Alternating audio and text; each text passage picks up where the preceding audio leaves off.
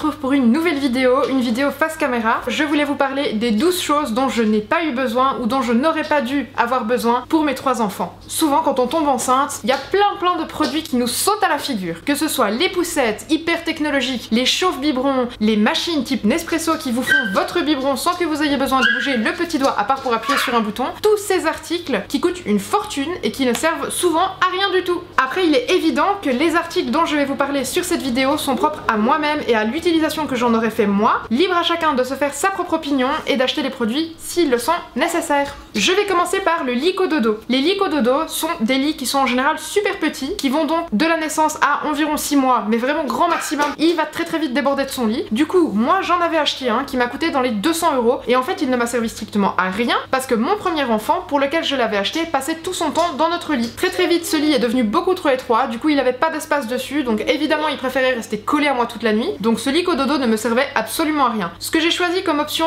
avec Nao, c'est de trouver un lit standard, donc un lit bébé standard de 70 cm sur 140, et on a enlevé une des barrières latérales pour qu'on puisse la coller contre notre lit et que ça fasse un lit cododo d'une taille raisonnable. À moins que vous pensiez faire du cododo uniquement l'espace de 2 ou 3 mois, franchement l'achat d'un lit cododo ne sert absolument à rien. Partez soit sur le cododo tous dans le même lit, en faisant un lit familial plutôt qu'un lit conjugal, ou alors partez sur un lit basique auquel vous allez enlever une barrière pour que bébé puisse être tout contre vous et que ce soit plus pratique avec l'allaitement. Le deuxième produit, c'est le babyphone. J'en ai eu un pour mon premier enfant mais qui ne m'a servi absolument à rien étant donné qu'on avait une petite maison et que je l'entendais de toute façon puisque toutes les portes étaient en permanence ouvertes. Je conçois qu'un babyphone peut être utile quand on habite dans un château ou alors qu'on a une maison sur 5 étages. Par contre, pour ma propre utilisation, ça ne servait absolument à rien. Je l'ai utilisé pendant, je crois, l'espace de 6 mois avec Willow qui a maintenant 7 ans et demi et c'était une vraie catastrophe. C'est un produit qui est super anxiogène dans le sens où à peine on l'allume, on va entendre le moindre mouvement de bébé, donc on va s'inquiéter alors que lui il dort paisiblement et qu'il demande rien à personne, ou alors au contraire tout d'un coup on va plus entendre un seul bruit pendant l'espace de 30 minutes et du coup on va se mettre à paniquer et on va aller dans la chambre de bébé pour voir s'il dort bien ou s'il a un problème. J'ai choisi l'option cododo, donc de toute façon la nuit il la passe avec moi jusqu'à l'âge de 2 ans, 3 ans, 4 ans, jusqu'à ce qu'il n'en ait plus envie. Même si ça vous choque, c'est pareil. Et du coup le babyphone aurait eu éventuellement une utilité pour les premières heures de la nuit où bébé est au lit et nous on est encore au salon, mais le problème c'est que de toute façon comme les portes sont ouvertes, on l'entend, donc pas du tout besoin d'acheter un babyphone. En tout cas pour notre utilisation, ça ne servait strictement à rien. L'autre problème c'est que nos enfants sont habitués à évoluer dans un environnement qui est rempli d'ondes électromagnétiques, que ce soit le wifi, la 4G, tous les appareils électroniques qui sont branchés autour de nous en permanence. Je considère que la nuit peut être suffisamment reposante si on retire le wifi chez nous et si on évite l'utilisation de babyphone qui émet quand même des ondes électromagnétiques. Le troisième article dont je vais vous parler, c'est la balancelle. Ben en fait j'ai jamais compris l'utilité de cette balancelle. Sincèrement, quand vous faites un enfant, c'est pour le mettre dans un truc qui va le balancer tout seul au lieu de simplement le prendre contre vous et lui faire un câlin. Certains bébés ont vraiment besoin de contact et vraiment besoin de balancement. Se faire balancer c'est hyper rassurant et hyper agréable, je le conçois. Est-ce qu'on n'a pas 2 paires de bras, le papa, la maman? Est-ce qu'on n'a pas des écharpes de portage? Est-ce qu'on n'a pas peut-être simplement envie de profiter de cet enfant plutôt que de le laisser dans un truc qui va le balancer tout seul et qui moi m'a toujours complètement paniqué? Je me suis toujours imaginé le pire avec tout ce que j'ai eu chez moi, mais alors la balancelle c'est vraiment un truc que je ne comprends pas. J'imagine toujours le moment où cette balancelle va tout d'un coup s'emballer et commencer à balancer beaucoup trop fort mon petit bébé tellement fragile. Moi, au lieu de dépenser 150 € dans une balancelle qui va balancer mon bébé sans aide, je préfère encore investir dans une super belle écharpe à 150 € et l'avoir sur moi en permanence. C'est beaucoup plus pratique, c'est pas du plastique et au moins il n'y a pas besoin de batterie ni de pile. Bon, et concrètement, une écharpe de portage ça s'utilise quoi? 3, 4 ans? Par contre la balancelle, me semble que c'est plutôt 6 mois. Je sais pas si l'investissement vaut la peine. Le quatrième produit dont je vais vous parler, c'est les biberons. Alors évidemment, je parle de ma propre expérience. Cette vidéo ne vise pas à militer pour l'allaitement, cependant mon propre choix a été d'allaiter mes enfants du début à la fin. Je n'ai jamais trouvé nécessaire de leur donner du lait en poudre. Moi j'ai fait le choix de l'allaitement, mais c'est vrai que quand je suis tombée enceinte de Willow, mon premier garçon, je ne savais pas vraiment s'il fallait prévoir des biberons. Du coup je me suis munie d'une petite dizaine de biberons en me disant de toute façon le jour où je vais travailler, papa a envie de donner un biberon, la mamie a envie de donner un biberon, les voisins ont envie de donner un biberon, enfin bref, je m'étais dit que ce bébé serait un partage général et qu'il fallait évidemment partager l'alimentation. Ce que j'avais pas compris c'est que l'allaitement se suffit à lui-même et qu'en fait il y a plein d'autres façons de s'investir avec un bébé que de lui donner le sein. Donc si le papa a envie de s'investir, rien ne l'empêche de porter son bébé en écharpe, de dormir tout contre lui, de jouer avec, de faire des bains tout contre lui. Je ne pense pas qu'il y ait besoin de mettre un biberon entre les mains d'un papa pour que celui-ci prenne son rôle à cœur. Et si c'est le cas, c'est peut-être qu'il y a un problème. Du coup, quand on allaite, pas besoin de prévoir des biberons. Franchement, il n'y a pas vraiment de risque qu'il y ait une urgence. Si vous reprenez le travail et que vous avez besoin de donner votre lait ou ou du lait en poudre à votre bébé. Si vous voulez éviter une confusion synthétine et mettre complètement en péril votre allaitement, choisissez plutôt un autre contenant. Par exemple, la Medela Cup, une cuillère, un verre ou alors le DAL qui est le dispositif d'aide à l'allaitement. Si vous avez des questions à ce sujet, n'hésitez pas à m'envoyer un message privé sur Instagram, je vous envoie le lien d'une page qui en parle très bien. Le cinquième produit, c'est un petit peu dans la même gamme que les biberons, c'est le pot de lait en poudre. J'entends très souvent des mamans qui prévoient le pot de lait en poudre ou alors qui prévoient d'avoir un échantillon avec elle parce qu'on reçoit toujours quand on est enceinte des millions d'échantillons de lait en poudre alors qu'on s'en fout, on s'en fout. Mais du coup, c'est vrai que ça éveille dans notre cœur de maman hypersensible et qui ne sait pas du tout à quoi s'attendre un sentiment de besoin. Comme plein d'autres choses finalement, les pubs, le marketing, ça marche à mort, surtout quand on est enceinte d'un premier enfant. Du coup, on se dit toujours, en cas d'urgence, c'est peut-être nécessaire d'avoir un pot de lait en poudre. En réalité, pas du tout. Votre allaitement suffit.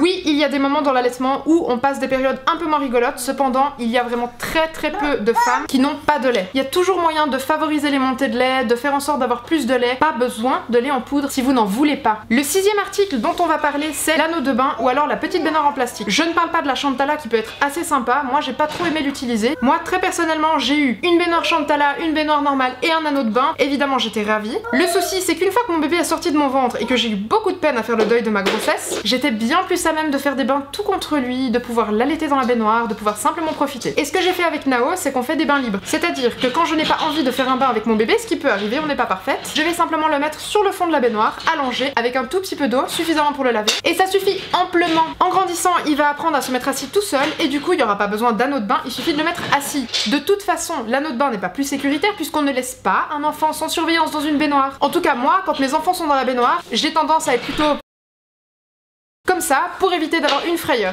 D'ailleurs, si on parle de motricité libre, on n'impose pas une position à un bébé qu'il ne sait pas prendre lui-même. Donc on ne met pas un bébé assis s'il ne peut pas se mettre assis tout seul. Le septième article dont je vais vous parler, c'est quelque chose qui ne va pas mettre tout le monde d'accord, mais moi, personnellement, je n'ai pas vu l'utilité de la poussette. Je suis une maman maternante à fond, c'est-à-dire que je fusionne complètement avec mes enfants, en tout cas les 2 premières années. Je ne les lâche pas d'une semelle. Du coup, je ne me voyais pas du tout mettre mon bébé dans une poussette qui serait à la hauteur des pots d'échappement des voitures et en plus, qui permettrait aux passants de pouvoir mettre leurs mains dégueulasses dans ma poussette et tripatouiller mon bébé alors que je déteste ça, je ne suis absolument pas partageuse. Quand le bébé est contre nous en écharpe, ça lui permet de voir ce qu'il y a autour mais de se protéger quand il en a envie tout contre son parent. Je trouve ça super rassurant pour le bébé, pour nous aussi. D'ailleurs, ça permet de prendre les transports en commun parce qu'une poussette dans les transports en commun, je sais pas si vous avez essayé mais moi je n'ai pas permis de conduire, c'est une catastrophe. Et on parle même pas des magasins, s'il faut monter des escaliers ou des choses comme ça, c'est mission impossible. Ouvrir des portes, tenir des sacs, moi je trouve ça beaucoup trop compliqué. Donc j'ai l'option portage qui me convient très bien. Quand le bébé est un peu curieux et qui devient lourd devant, rien n'empêche de le porter dans le dos. Et si vous avez un max de trucs à trimballer, genre des courses, et que comme moi vous n'êtes pas véhiculé, prenez un chariot à roulettes. Après c'est évident que la poussette pour beaucoup de parents ça reste le truc nécessaire, je ne critique absolument pas, simplement moi personnellement j'en ai pas eu besoin. J'en ai eu une pour mes 2 premiers enfants que j'ai très peu utilisée et finalement ça ne me convenait absolument pas. Le 8e article dont je vais vous parler c'est la table à langer. C'est un basique chez la majorité des parents, cependant je ne vois absolument pas l'utilité. Une commode coûte moins cher pour mettre les habits de bébé et une table à langer sincèrement, j'en ai eu une pour mon premier que j'ai très peu utilisée parce que je suis une grosse flemmarde et que moi je préfère largement pouvoir changer mon bébé sur le canapé ou sur notre lit, voire même par terre sur une serviette de bain. Je trouve ça vachement plus agréable autant pour bébé que pour moi. D'ailleurs, il n'y a aucun risque. S'il est par terre sur un linge, il peut pas chuter. Donc moi, personnellement, je n'ai jamais vu l'utilité d'une table à langer. Le 9e article dont on va parler, c'est le parc. Plein de parents achètent un parc. Moi-même, j'en ai acheté un pour mon premier enfant en me disant, il sera en sécurité, il va être hors d'attente des chats, hors d'attente de la cheminée, il pourra pas tomber dans les escaliers, il va être vraiment sécurisé au moment où moi, je ne serai pas disponible pour lui. En fait, la réalité, c'est que quand on a un bébé, on se doit d'être disponible 24 heures sur 24 et que si par hasard on a un petit coup de fatigue, on peut très bien mettre son enfant en sécurité ailleurs que dans un parc. Ou alors, on peut simplement sécuriser l'environnement. Au lieu d'enfermer son bébé dans une cage et d'avoir le sentiment d'être dans un zoo avec un panneau ne donnez pas à manger aux animaux, on peut peut-être plutôt partir sur des barrières de sécurité pour sécuriser les escaliers, les pièces à risque ou simplement la cheminée. Donc moi, ce que j'ai fait pour Nao, c'est qu'on a créé un environnement à la maison qui est sécurisant pour lui. Il peut faire l'expérience de se coincer les doigts dans les tiroirs, mais ça, ma foi, ça fait partie de la vie. D'ailleurs, il l'a déjà fait à plusieurs reprises, mais il a absolument pas accès aux choses qui sont dangereuses. On a par exemple mis des barrières devant la chambre des enfants pour qu'ils puissent jouer au Lego ou avec des petites pièces sans avoir peur que Nao s'étouffe. Le reste du temps, Nao est en liberté totale, comme n'importe quel être humain qui vit en Europe, et du coup ça se passe très bien. J'ai vraiment jamais trop compris le concept d'enfermer un enfant dans une cage, même si je l'ai fait moi-même. Il a fallu que je fasse l'expérience et que je vois mon fils Willow assis dans dans un parc avec l'air un petit peu renfrogné pour que je réalise que c'était un véritable problème. Le 10e article, c'est le trotteur. Je pense que la majorité d'entre vous le sait déjà, le trotteur c'est absolument pas physiologique. Bébé est suspendu par l'entrejambe pour rester poli, et s'il a pas envie d'être suspendu par son entrejambe, il faut qu'il mette de la force dans ses jambes alors qu'elles n'en sont pas encore capables pour pouvoir garder le poids sur ses pieds, ce qui est vraiment pas bon pour ses os et son développement. Encore une fois, quand on choisit la motricité libre, on laisse l'enfant libre de se développer par lui-même. On va pas imposer quelque chose qu'il ne peut pas faire tout seul. Donc imposer à un enfant de rester assis avec un tissu coincé sur ses parties génitales, c'est pas agréable et c'est pas physiologique, ça ne sert absolument à rien. Et le vrai problème, c'est que bébé ne peut pas découvrir son environnement. Il est coincé avec toute cette partie en plastique autour de lui, il peut pas toucher et attraper les choses autour de lui. Quel est l'intérêt? Je vous parle beaucoup de portage physiologique ici, un portage donc qui permet à bébé d'être vraiment enveloppé dans l'écharpe comme dans un hamac et justement pas suspendu par ses parties génitales. Le trotteur, c'est le problème principal, c'est exactement le contraire de ce qu'on veut obtenir. Mon Dieu, je suis en train de filmer cette vidéo, mon fils vient de faire son premier pas. Là maintenant, là,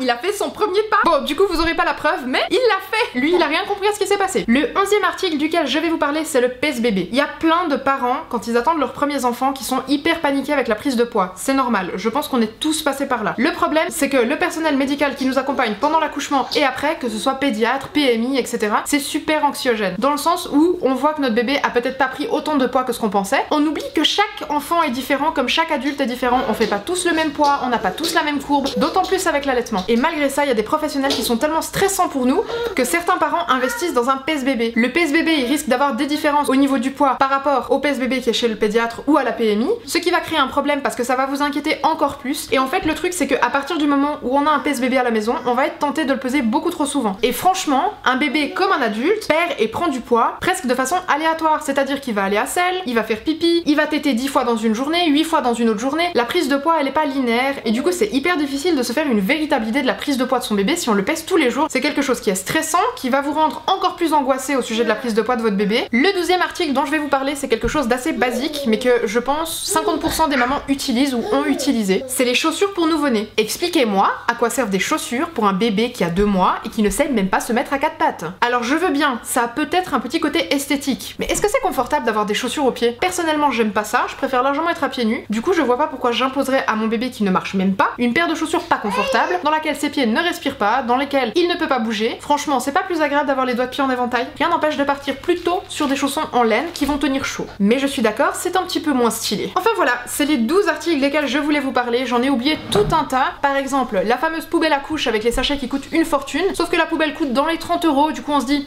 ça c'est un investissement utile. Et on se retrouve à devoir payer des sachets super chers, bien plus chers que la poubelle elle-même. Et franchement, on a tous des poubelles à la maison, on peut très bien fermer la poubelle ou mettre dans un petit sachet en plastique qu'on achète dans le supermarché à côté de chez nous. Est-ce qu'il y a vraiment besoin d'investir dans une poubelle à couches? Enfin voilà, on a ça, on a tout un tas d'autres produits hyper technologiques qui ne servent strictement à rien selon moi, genre la caméra pour voir son bébé. Franchement, si t'as envie de voir ton bébé, va dans sa chambre et va le regarder. Je sais qu'il y a des parents qui sont très anxieux au sujet de leur bébé et qui ont besoin de ça pour se rassurer. Le problème, c'est que je pense, de mon point de vue de maman poule hyper stressée, que c'est au contraire encore plus anxiogène d'avoir ce genre d'articles à la maison qui nous permettent de nous inquiéter en permanence 24 heures sur 24 pour la santé et la sécurité de notre enfant. Tous les parents sont différents, c'est ce qui fait la richesse de notre société. Ce qui est vraiment élémentaire à mon sens quand on va avoir un bébé, c'est d'avoir une paire de bras, une paire de seins, du soutien, de l'information ou alors des personnes de confiance vers qui on peut se tourner si on a besoin de renseignements au sujet de l'allaitement, ce genre de choses, d'une écharpe de portage, un siège auto, des vêtements, des couches, et en dehors de ça, vous n'avez besoin de rien. Puis vous savez quoi? Les enfants, ils nous coûtent suffisamment cher en grandissant quand ils commencent à avoir des passions, etc. Laissons les bébés être des bébés, on n'a pas besoin de tout ce commerce. Chacun reste libre de faire comme il veut. Je pense que le principal, c'est de faire les choses avec conscience et parce que ça correspond à ses propres valeurs. Du coup, j'espère que cette vidéo vous aura plu, j'espère que vous le prenez pas mal, j'espère ne blesser personne. Je vous souhaite une super belle fin de journée. À tout bientôt. N'oubliez pas de vous abonner, d'activer la petite cloche et de laisser un pouce bleu sur cette vidéo pour me permettre d'avoir plus de visibilité sur YouTube. Je vous remercie.